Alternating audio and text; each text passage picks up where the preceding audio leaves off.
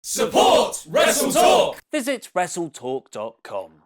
Hello and welcome to the WrestleTalk News. I'm Ollie Davis. And it's time for your weekly update on top independent wrestler Keith Lee going to WWE. The update is, yes, still looks like it's happening. The latest site to report the move is PW Torch, who claim multiple sources have confirmed Lee is expected to report to NXT after finishing up his independent bookings in May. The Wrestling Observer had previously reported that Lee and other top independent big guy Walter had been offered WWE contracts back in early March. Walter denied he was made a deal, but the Torch have now also confirmed he was offered one, but he has not signed it. Walter is currently taking bookings through September, implying he doesn't intend to join anytime in the future. Further evidence for Lee's WWE move, however, is in PWG naming a show after his catchphrase, "Bask in his glory," and promoting it as his farewell event, and Lee telling a fan that he won't be making a Volve show in June. It's almost like there's an NXT TakeOver Chicago show on June 16th he has to sit in the crowd for. The PW Torch report goes on to note, however, that the hulking Lee will have to adjust his style once he arrives in WWE. Apparently, he received mixed reviews from WWE officials for his match against Cassius Ohno at Access over WrestleMania weekend, where he came in with a rep of doing moves. Heaven forbid he do moves! Interestingly, the Torch goes on to note that indie stars joining NXT are best served listening to and implementing all the advice you're given from the Performance Center coaches to get a reputation of being very easy to work with. Once you're seen more favorably by the NXT team, you'll potentially be allowed more creative freedom. The Torch illustrates this point with two examples. Young high flyer Lio Rush apparently wasn't coachable when he joined the promotion, which is one reason why he struggled early on. Ricochet, however, who only joined NXT in January, has been great to work with, and in turn producers have invited him to have more input into his character. Despite Triple H saying the Performance Center was full just a few months ago, the promotion has signed another independent wrestler, although he was kind of there full-time already. Martin Stone first signed with WWE in 2011, debuting 2 years later as Danny Burch. But despite being a bloody hard bastard, he was released in April 2014. Following a brief spell in TNA, however, he still wrestled rather frequently on NXT from 2015 onwards, and even competed at last year's UK tournament. His free agent spell has now seemingly come to an end, though, as he announced at last weekend's Beyond Wrestling event that he'd signed with WWE. And he's not the only name we'll be seeing on WWE TV on a regular basis soon, as PW Insider are reporting Jason Jordan will be returning very shortly. Faster than you can say decades of unpaid child support, Kurt Angle's kayfabe illegitimate son has seemingly recovered from the minimally invasive operation to decompress a nerve in his neck, which he had back in early February. And PW Insider claim he is slated to return later this month to the Raw brand, where he could be back on the road for the company as early as next week. As a special treat for the SWAF Nation, if you visit WrestleCrate.co.uk and use the discount code WTTV, you'll get a free DVD or autograph in your first box. WrestleCrate is a monthly mystery box full of loads of wrestling goodies, which has items from the biggest promotions in wrestling.